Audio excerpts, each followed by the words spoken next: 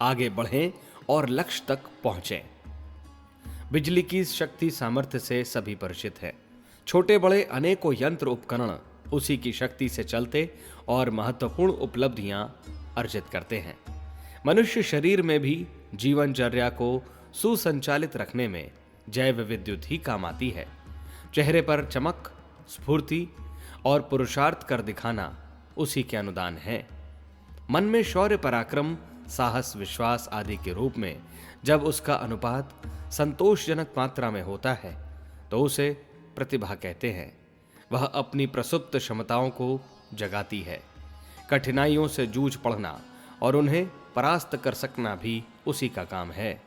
महत्वपूर्ण सृजन प्रयोजनों को कल्पना से आगे बढ़कर योजना तक और योजना को कार्यान्वित करते हुए सफलता की स्थिति तक पहुंचाने की सुनिश्चित क्षमता भी उसी प्रतिभा में है, जिसे अध्यात्म की भाषा में प्राणाग्नि एवं तेजस्वी मानसिकता कहते हैं। उपासना क्षेत्र में इसलिए प्राणायाम जैसे यत्न सरलतापूर्वक किए जाते हैं। तपश्चर्या में तितीक्षा अपनाते हुए साधन सुविधा की आवश्यकता इसी अंतः शक्ति के सहारे संपन्न कर ली जाती थी। शाप, वरदान एवं असाधारण स्तर के चमत्कार दिखा सकना और कुछ नहीं, मात्र प्राणाग्नि के ज्वलनशील होने से उत्पन्न हुई रिद्धि सिद्धि स्तर की क्षमता ही है। शरीर बल, धन बल, बुद्धि बल तो कई लोगों में पाए जाते हैं, पर प्रतिभा के धनी कभी कहीं कठिनाई में ही खोजे पाए जा सकते हैं। दैत्य दुष्प्रयोजनों में और देव सत्य प्रयोजनों में इसी उपलब्ध शक्ति का उपयोग करते हैं। समुद्र मंथन जैसे महापराक्रम इसी सामर्थ्य की पृष्ठभूमि से बन पड़े हैं। सत्संग से उत्थान और कुसंग से पतन की पृष्ठभूमि बनती है। यह और कुछ नहीं, किसी समर्थ की प्रतिभा का भले बुरे स्तर का स्थानांतरण ही है।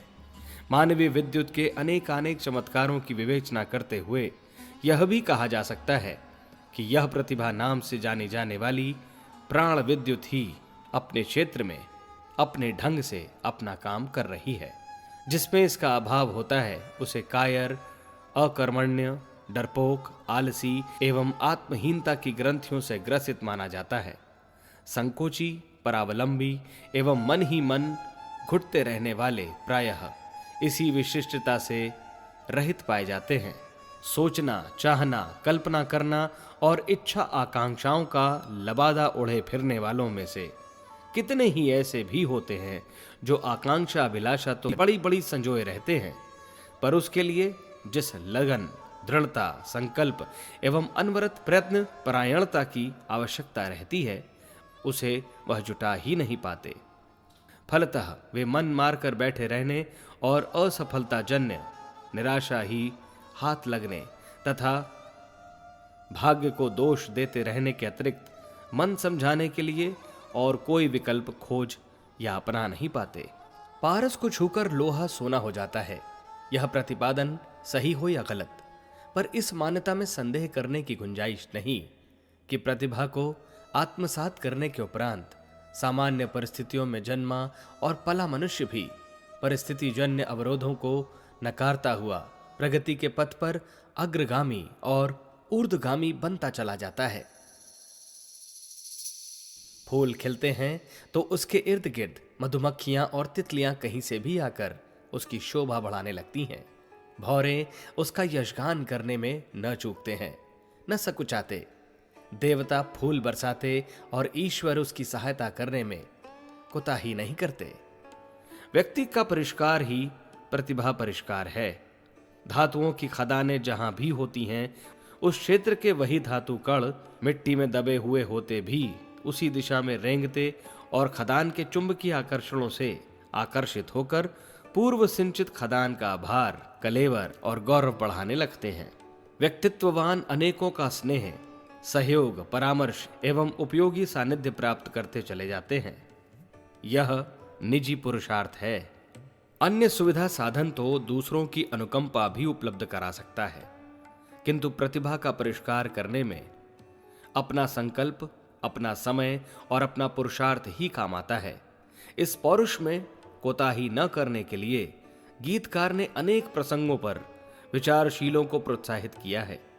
एक स्थान पर कहा गया है कि मनुष्य स्वयं ही अपना शत्रु और स्वयं ही अपना मित्र है, इसलिए अपने को उठाओ, गिराओ मत।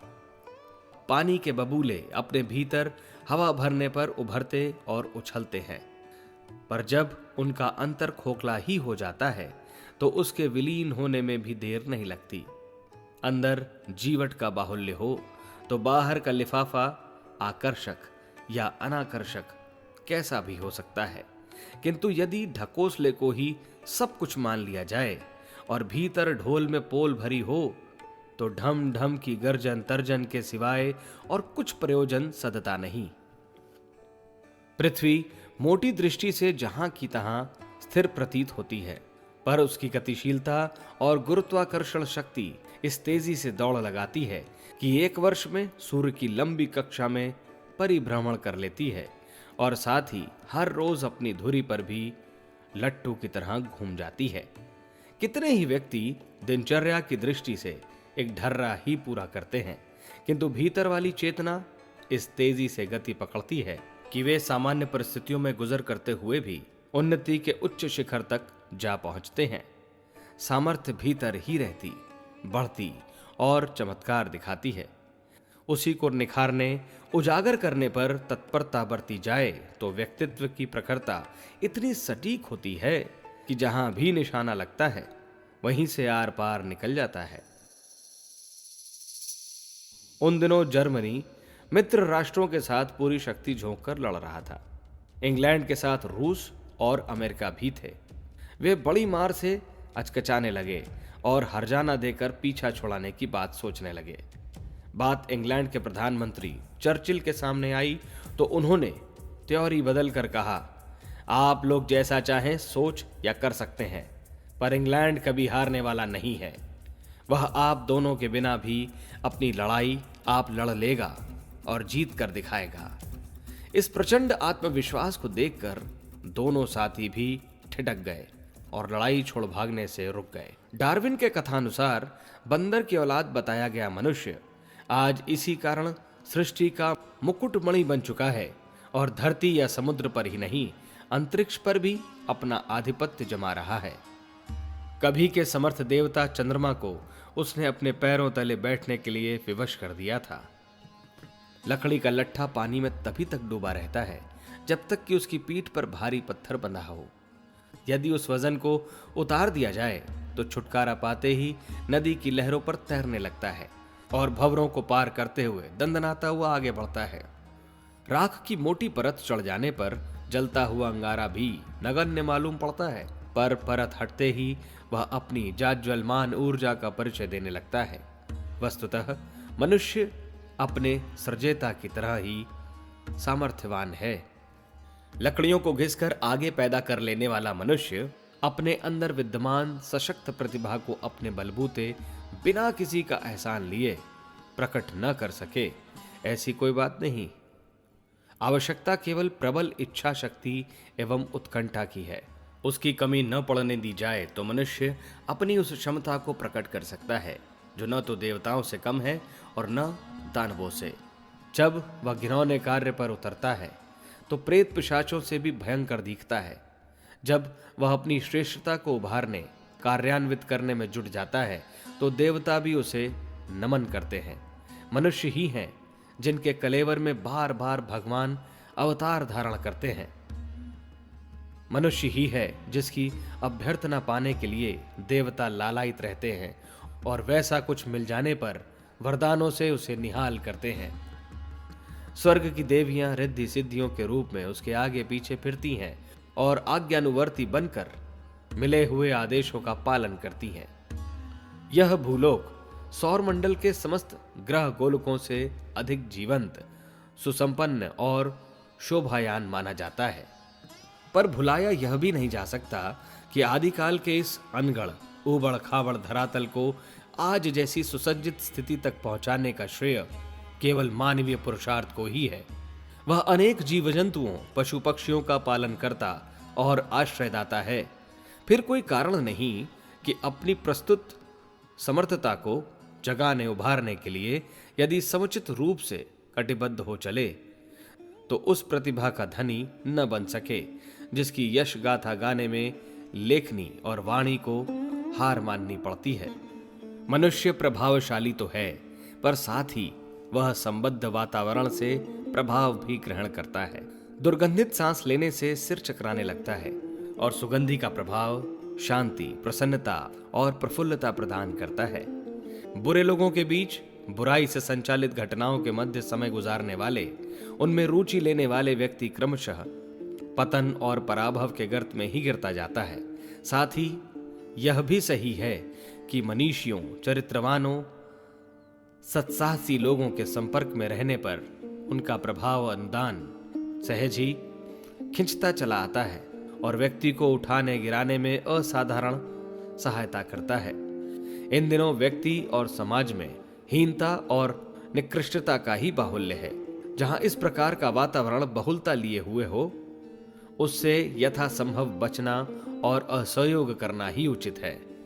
सज्जनता का सानिध्य कठिन तो है और सत्प्रवृत्तियों की भी अपनी समर्थता जहां तहां ही दिखाई देती है। ऐसी दशा में पुरातन अथवा अवार्चिन सदाशयता का परिचय पुस्तकों के, प्रसंगों के, समाचारों के माध्यम से प्राप्त किया जा सकता है और उन संस्मरणों को आत्मसात करते हुए ऐसा अनुभव किया जा सकता है मानो देवलोक के नंदन वन में विचरण किया जा रहा है। इस संबंध में स्वाध्याय और सत्संग का सहारा लिया जा सकता है। इतिहास में से वे पृष्ठ ढूंढे जा सकते हैं जो स्वर्णाक्षरों में लिखे हुए हैं और मानवीय गरिमा को महिमा मंडित करते हैं। आत्मविश्वास बड़ी चीज है। वह रस्सी को सांप और सांप को रस्सी बना सकने में समर्थ है। दूसरे लोगों का साथ न मिले या हो सकता है, किंतु अपने चिंतन, चरित्र और व्यवहार को मनमर्जी के अनुरूप सुधारा उभारा जा सकता है। संकल्प शक्ति की विवेचना करने वाले कहते हैं कि वह चट्टान को भी चटका देती है, कठोर को भी नरम बना देती है और उन साधनों को खींच बुलाती है जिनकी आशा अभिलाषा में जहां तहां प्यासे कस्तूरी हिरण की तरह मारा मारा फिरना पड़ता है। मनुष्य यदि उतारू हो जाए तो दुष्कर्म भी कर गुजरता है, आत्महत्या तक के लिए उपाय अपना लेता है। फिर कोई कारण नहीं कि उत्थान का अभिलाषी अभीष्ट अभ्युदय के लिए सरंजाम जुटा न सके। दूसरों पर विश्वास करके उन्हें मित्र सहयोगी बनाया जा सकता है। श्रद्धा के सहारे पाषाण प्रतिमा में देवता प्रकट होते देखे गए हैं। फिर कोई कारण नहीं कि अपनी श्रेष्ठता को समझा उभारा और संजोया जा सके तो व्यक्ति ऐसी सम्मत स्थिति तक न पहुंच सके जिस तक जहां पहुंचने वाले हर स्तर की सफलता अर्जित करके दिखाते हैं। आत्मनिरीक्षण को सतर्कता पूर्वक संजोया जाता रहे तो वे खोटे भी दृष्टिगोचर होती हैं जो आमतौर से छिपी रहती हैं और सूझ नहीं पड़ती, किंतु जिस प्रकार दूसरों का छिद्रान्वेषण करने में अभिरुचि रहती है, वैसी ही अपने दोष दुर्गुणों को बारीकी से खोजा और उन्हें निरस्त करने के लिए समुचित साहस दिखाया जाए तो कोई कारण नहीं कि उनसे छुटकारा पाने के उपरांत अपने को समुचित और सुसंस्कृत न बनाया जा सके। इसी प्रकार औरों की अपेक्षा अपने में जो विशिष्टताएं दिख पड़ती हैं, उन्हें खींचने संभालने में उत्साहपूर्वक निरत रहा जाए तो कोई कारण नहीं कि व्यक्तित्व अधिक प्रगतिशील, अधिक प्रतिभा संपन्न न बनने की दिशा अपनाई जा सके। इस संदर्भ में सबसे बड़ा सुयोग इन दिनों है जबकि नव सृजन के लिए प्रचंड वातावरण बन रहा है। उज्जवल भविष्य के निर्माण में नियंता का सारा ध्यान और प्रयास नियोजित है।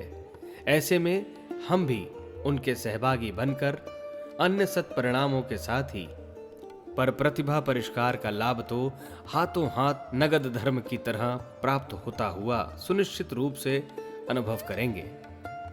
सृजन शिल्पियों के समुदाय को अग्रगामी बनाने में लगी हुई केंद्रीय शक्ति अपने और दूसरों के अनेकानेक उदाहरण प्रस्तुत करते हुए यह विश्वास दिलाती है कि यह पारस से सटने का समय है, कल्प वृक्ष की छाया में बैठ सकने का अवसर है। प्रभात पर्व में जागरूकता का परिचय देकर हम में से हर किसी को प्रसन्नता, प्रफुल्लता और सफलता भी उपलब्धियों का भरपूर लाभ मिल सकता है। साथ ही परिष्कृत प्रतिभायुक्त व्यक्तित्व संजोने का भी।